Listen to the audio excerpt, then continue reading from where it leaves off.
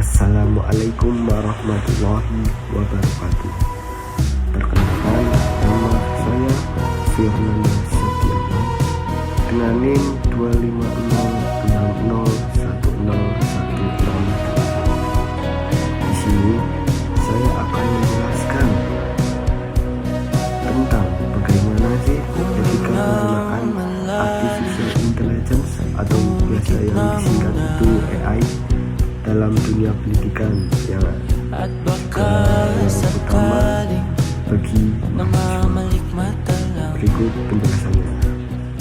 Jadi yang sudah saya sebutkan tadi, saya akan jelaskan etika penggunaan artificial intelligence atau AI dalam dunia pendidikan, khususnya bagi mahasiswa, menjadi semakin penting. Kenapa? Karena AI kini mampu melakukan banyak hal. Contohnya menulis esai, menjawab soal, menganalisis data, hingga membuat presentasi. Di satu sisi, AI ini sangat membantu proses belajar bagi mahasiswa.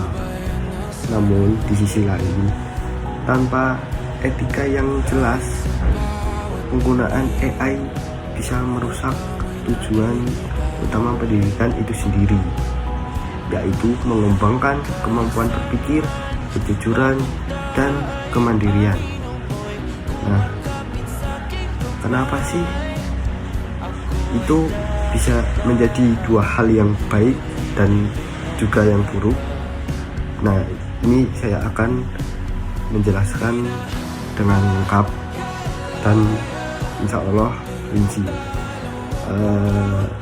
Untuk yang pertama yaitu kita akan merujuk ke hakikat etika dalam penggunaan AI.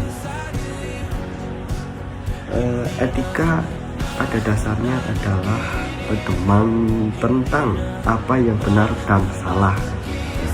Dalam konteks pendidikan, etika penggunaan AI berarti kita menggunakan teknologi untuk mendukung pembelajaran, bukan menggantikannya. Jadi itu adalah dua hal yang sudah berbeda. Dan yang selanjutnya itu tentang menjunjung nilai kejujuran akademik dan bertanggung jawab atas hasil kerja yang dikumpulkan. Jadi kita menanggung jawab tentang apa yang kita jawab dari misal tugas dari dosen untuk mahasiswa, kita harus bisa menanggung jawab itu semua. Dan AI adalah alat atau sarana kita untuk membantu diri kita mencari referensi atau sesuatu jalan keluar agar kita dapat menyelesaikan sesuatu tanggung jawab dalam mahasiswa. Dan yang kedua yaitu ada kejujuran sebagai prinsip utama. Kita menjadikan kejujuran itu menjadi prinsip utama dalam diri kita para mahasiswa. Nah, kejujuran adalah fondasi pendidikan dalam penggunaan AI, yang berarti kita mengklaim hasil AI sebagai hasil pemikiran sendiri. Jadi kita udah buat AI, tapi kalian atau kita ini mengaku itu adalah buatan kita sendiri. Jadi itu termasuk plagiat. Lalu tidak menggunakan AI untuk sebagai alat menyontek saat ujian atau kuis. Yang namanya ujian kita harus mengandalkan kejujuran atau hasil jeripayah belajar kita sendiri. Jadi kita tidak boleh yang namanya menyalahgunakan AI untuk menjawab kuis atau ujian seperti itu. Dan selanjutnya yaitu tidak menyerahkan tugas yang sepenuhnya dibuat AI. Jadi kita tugas yang sudah diberikan kita jawab dengan full atau semuanya dari AI. Jadi itu tidak diperbolehkan ya. Selanjutnya yaitu ada transparansi dan pengakuan penggunaan AI. Nah, apa sih itu? Jadi mahasiswa sebaiknya terbuka tentang penggunaan AI. Transparansi ini penting karena dosen dapat menilai proses belajar, bukan hanya hasil akhir. Lalu mencegah kesalahpahaman terkait kecurangan. Beberapa kampus bahkan mulai mengharuskan mahasiswa mencantumkan keterangan seperti AI digunakan untuk membantu brainstorming ide. Lalu atau kita sebut menjelaskan bagian mana yang dibantu oleh AI itu sendiri. Ini seperti mirip seperti kita mencantumkan referensi dalam karya ilmiah kita, seperti kita mencantumkan sumber-sumber referensi seperti itu. Lalu yang keempat itu ada AI sebagai alat bantu, bukan pengganti berpikir. Seperti sebelum yang nomor 1 hakikat yang saya sudah jelaskan, ini yang keempat saya akan menjelaskan lebih rinci perbedaan sebagai alat bantu, bukan menjadi pengganti berpikir. Nah, salah satu risiko terbesar dalam ketergantungan jika mahasiswa selalu mengandalkan AI yaitu kemampuan berpikir kritis bisa menurun, kreativitas menjadi tumpul. Jadi kita cenderung hanya mengandalkan seperti kata terima jadi. Kita hanya menerima tanpa mengandalkan kreativitas diri kita sendiri. Lalu ada pemahaman materi menjadi dangkal. Nah, itu kita hanya menerima jadi. Jadi kita itu menggunakan AI hanya untuk jawaban yang sudah tersusun rapi dan sudah siap untuk menjawab segala tugas atau pertanyaan, atau bahkan sampai PowerPoint yang sudah jadi.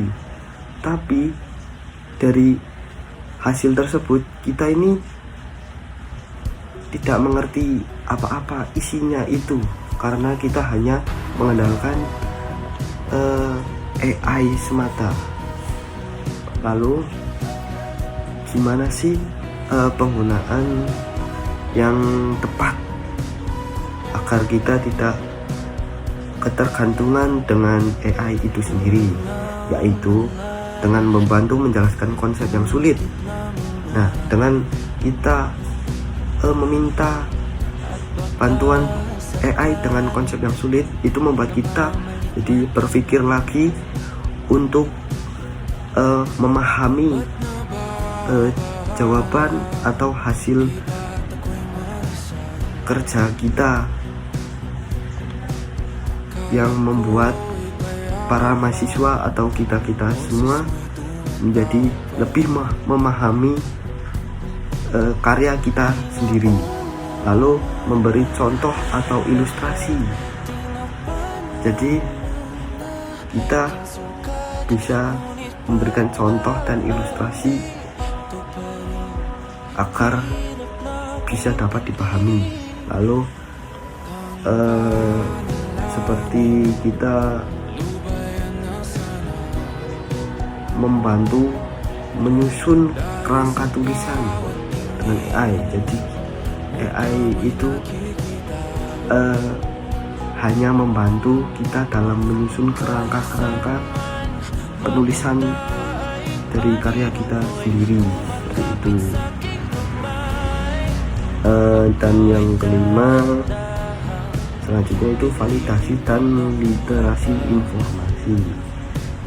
Di AI sendiri tidak selalu memberikan jawaban yang benar. Kadang informasi bisa salah, dan referensi bisa tidak akurat atau bahkan fiktif.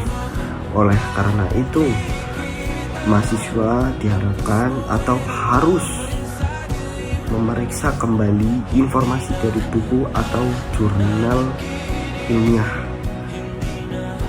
dan membandingkan dengan sumber terpercaya. Tidak langsung percaya pada output yang dihasilkan oleh AI itu sendiri. Kemampuan ini disebut literasi digital dan kritis, yang penting dalam bahkan sangat penting dalam di era modern saat ini.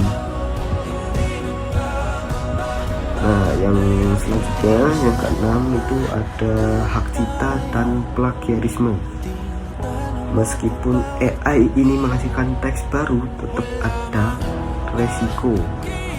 Seperti kita membandingkan dengan dengan kita menyamakan hasil karya seseorang dan seseorang lainnya yang menggunakan AI. Itu bisa saja karya yang kita hasilkan dengan AI saja dan teman kita juga seperti itu bisa membuat kemungkinan kemiripan dengan karya orang lain. Nah, selanjutnya yaitu penggunaan ide tanpa atribusi. Lalu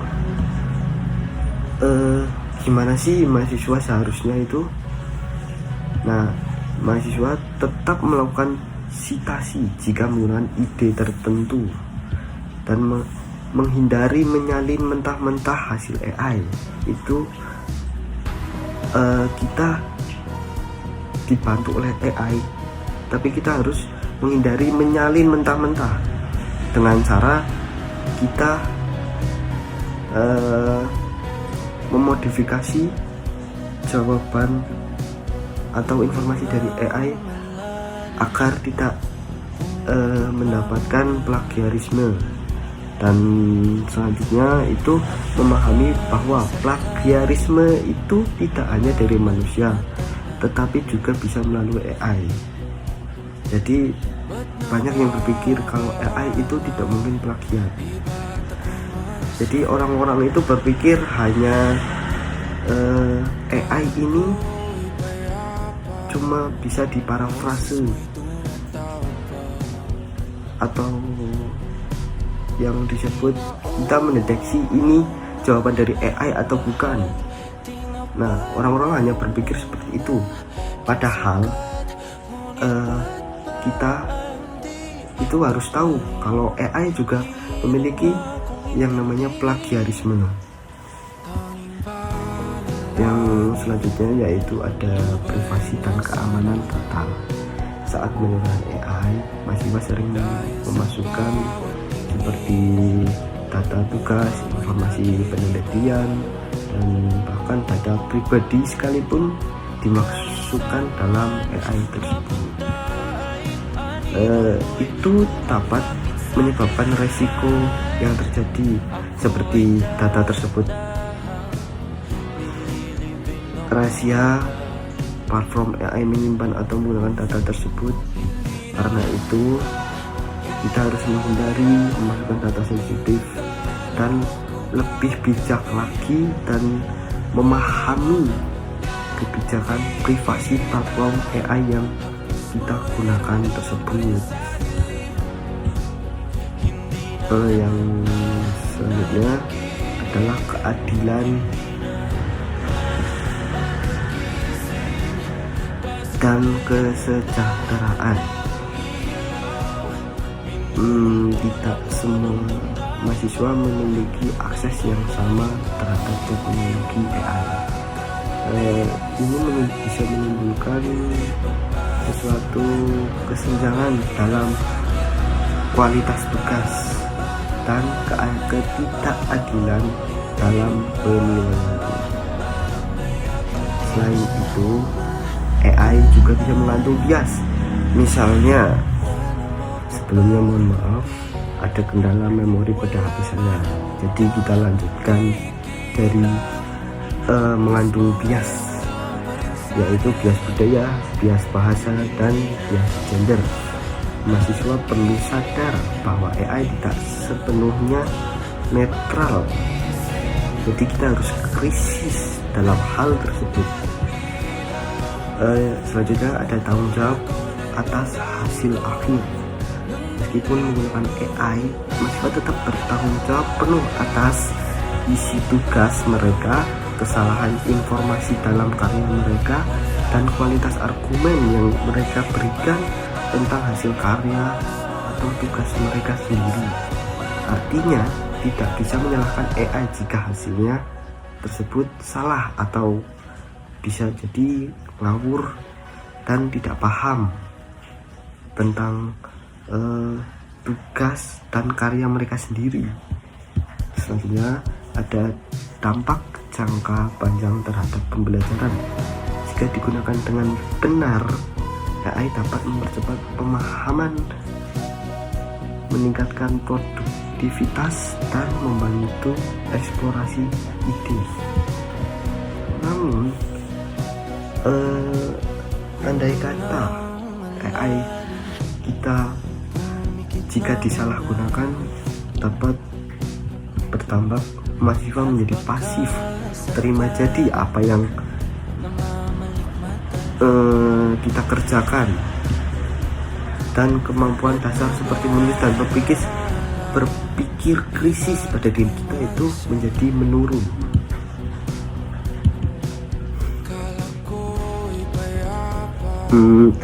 Lalu tujuan pendidikan menjadi tidak tercapai. Sekian dari penjelasan saya. Sekian dari penjelasan saya. Jadi saya simpulkan tentang tugas dan penjelasan saya, yaitu etika penggunaan AI dalam pendidikan bagi mahasiswa terpusat pada 3 hal yang utama. Yang pertama yaitu kejujuran, tidak menipu atau mengklaim karya AI sebagai milik sendiri. Lalu tanggung jawab, memahami dan memverifikasi hasil AI yang kita gunakan. Dan yang terakhir yaitu pada keseimbangan.